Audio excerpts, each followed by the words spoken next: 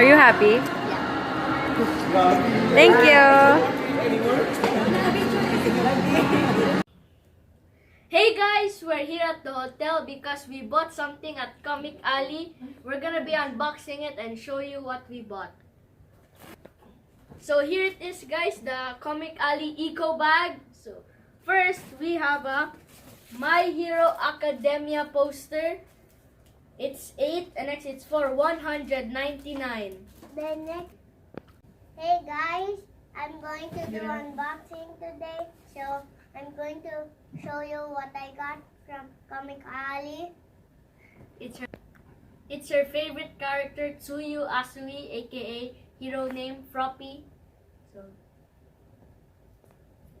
Go, Micah.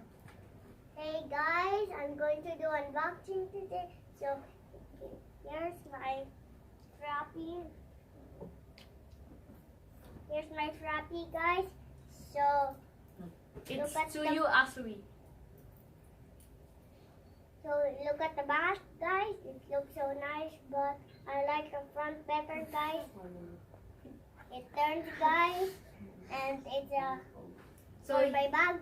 So here it is Tsuyu Asui in her costume. Okay, there's still more items. So here is a My Hero Academia wallet. So it's worth 549. Okay guys, and here is another item. It's Todoroki Shoto keychain. He's in his costume. Yeah.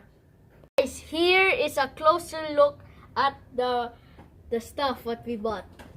We got the poster, the wallet, and the 2 keychains.